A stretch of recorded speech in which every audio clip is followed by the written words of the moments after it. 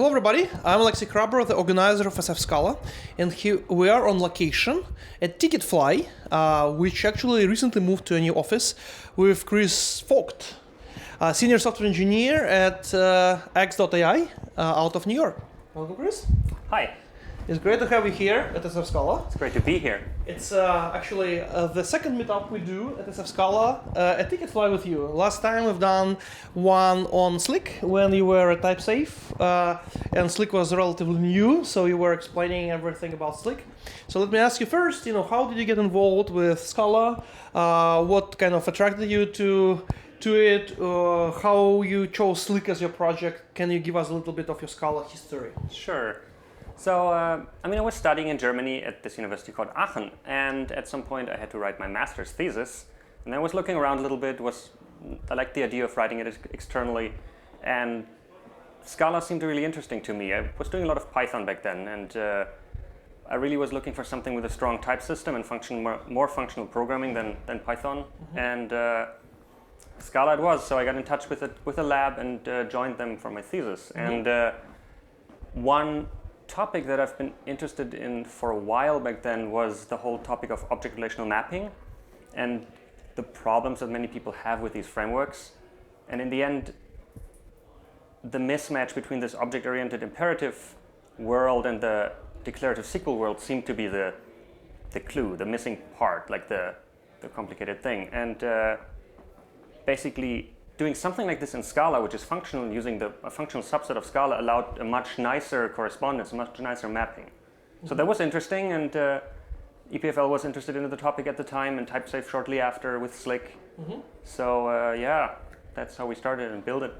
Interesting. So it's interesting you mentioned Python, because now you're with X.ai, obviously using machine learning data mining, and Python is actually most widely used language in data science community. So kind of a challenge which Scala folks and Spark people who use Scala face daily is a bunch of Python people asking, why should I switch to Scala? And I wonder, given your Python background, what would you answer to these people? What do you usually say in this kind of situations? How do you explain why data scientists should use Scala versus Python? Well, data scientists in particular, I'm not a data scientist, but the reason why X.ai chose Scala one reason was that we wanted access to the Stanford machine learning libraries, and they're written in Java, and we didn't want to go for Java. Plus, Scala was more Python-like, which we expected data scientists to know. Plus, several people had some sort of experience with Scala, so that's the language they chose before I joined. Right, and in general, why would you choose generally Scala over Python is really, I've worked on growing and larger Python apps, and it's just hard to change your mind about decisions you made. And you make mistakes, you have to refactor. And big refactorings are painful, and they require a very, very solid test suite, and even then you have holes, and just the type system makes stuff like that much easier. And also pushing functional programming further, which we see with Spark. It's easier to distribute these things. It's easier to reason about things in an immutable, referentially transparent way. And I think we're doing great on Scala. Cool. Well, this is great to hear. So how did you come from tool side? Slick is a tool, right? Basically, it's it's kind of a tool which many people can use. It's a general purpose, ORM, right, of Scala powers.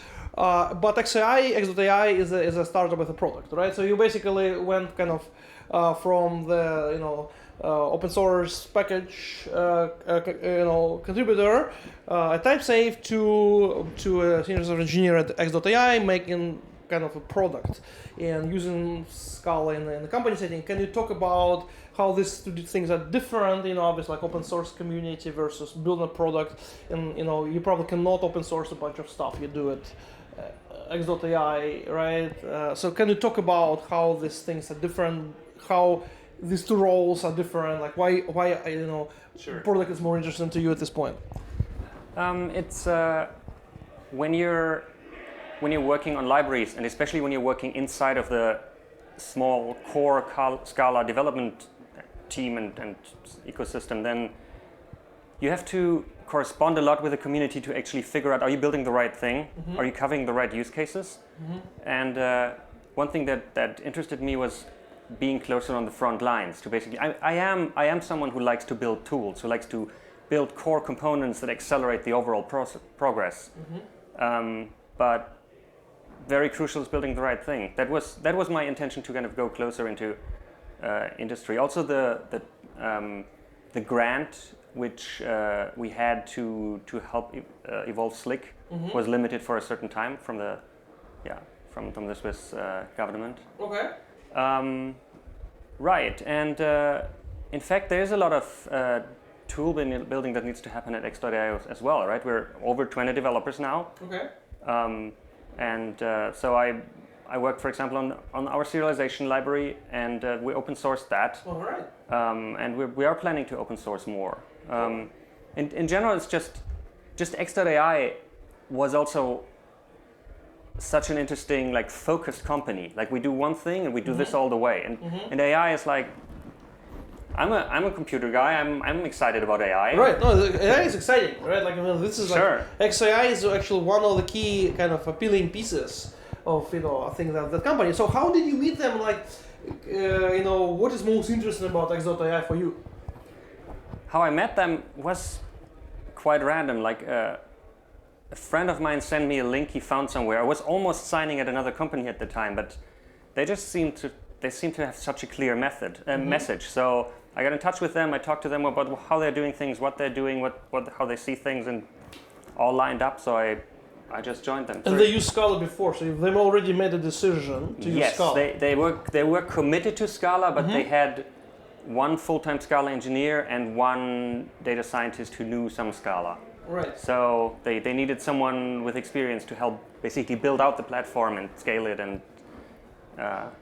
to like having 20 people work on it. Right. So you have 20 people just working on Scala now. Is it true? We have like half and like core engineers and data scientists.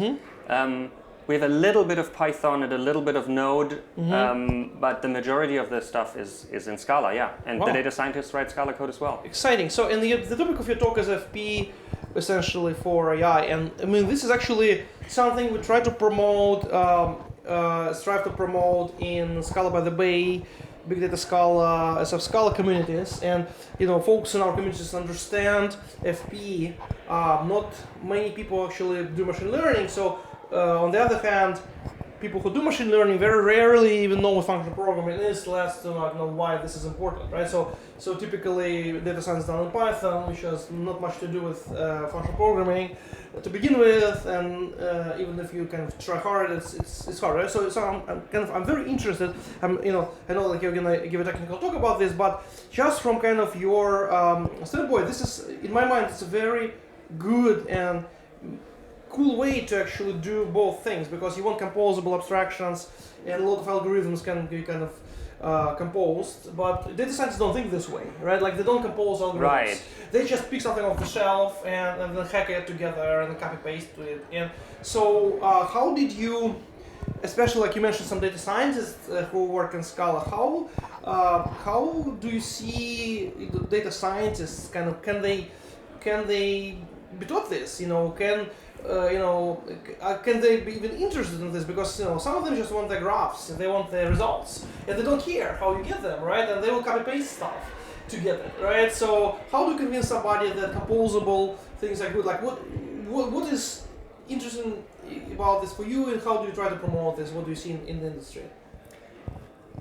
I mean, an advantage for the data scientists to pick up something like functional programming is that they are very schooled in mathematics, and they have a lot of analytical thinking skills, and they are generally not afraid of math or of theoretical concepts, and so they're not usually scared about those things. I find that many software engineers, when they hear terms they haven't heard of before, which come somewhere from research, they're kind of scared off a little bit, but I didn't see that with the data scientists. They obviously learned a lot of Python, and there's some transition period for the thinking, and that's something we have to work on. Some people pick it up quicker, some people need some more time. Sometimes it's not that important when the component is rather self-contained, In our case, Marcos, who runs the data science team, he himself, he is very committed to functional programming. So I'm sure that helps as well. We ran workshops explaining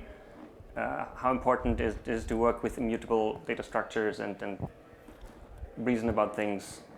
Obviously, we're in a learning process as a company.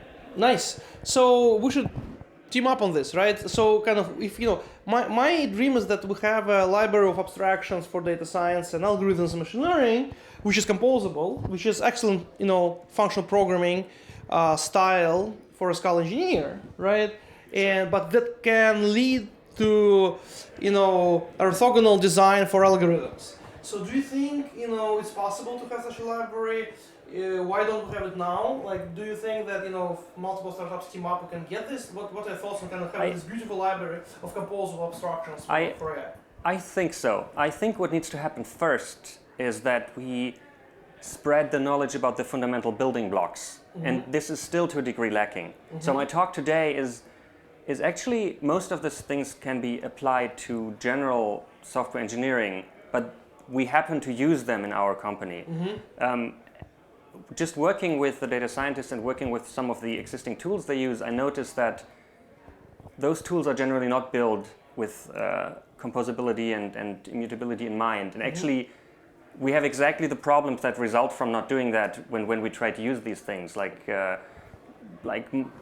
things don't multi-thread well or things like this. So I think first kind of we need to establish the basic understanding, and then yes, I'm pretty convinced we can basically rebuild some of these libraries in a more advanced engineered way.